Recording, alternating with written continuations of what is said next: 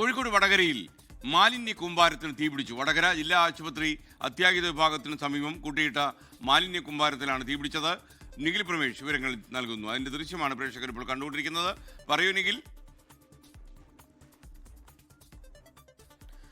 Good morning again. ഇന്ന് പുലർച്ചെയാണ് ഈ സംഭവം നടക്കുന്നത്. വടകര ഗവൺമെന്റ് ജില്ലാ ആശുപത്രിയുടെ അത്യാഹിത വിഭാഗത്തിനോട് ചേർന്ന് കൂട്ടിയിട്ടിരുന്ന മാലിന്യ കൂമ്പാരത്തിലാണ് തീ പിടിക്കുന്ന സാഹചര്യം ഉണ്ടായത്. ഇത് എങ്ങനെയാണ് തീ പടർന്നു പിടിച്ചത് എന്നുള്ള കാര്യത്തിൽ വ്യക്തതയില്ല.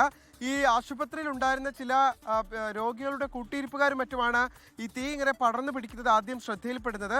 അവരാദ്യം തീയണയ്ക്കാനുള്ള ശ്രമങ്ങൾ നടത്തിയെങ്കിലും ഇത് തീ അല്പം കൂടെ പടർന്നിട്ടുണ്ട് എന്ന് മനസ്സിലാക്കിയതിൻ്റെ അടിസ്ഥാനത്തിൽ ഫയർഫോഴ്സിന് വിവരം അറിയിക്കുകയായിരുന്നു. 2 യൂണിറ്റ് ഫയർഫോഴ്സ് സംഘം സംഭവ സ്ഥലത്ത് എത്തിയ ശേഷമാണ് തീ പൂർണ്ണമായി അണയ്ക്കാൻ കഴിഞ്ഞത്.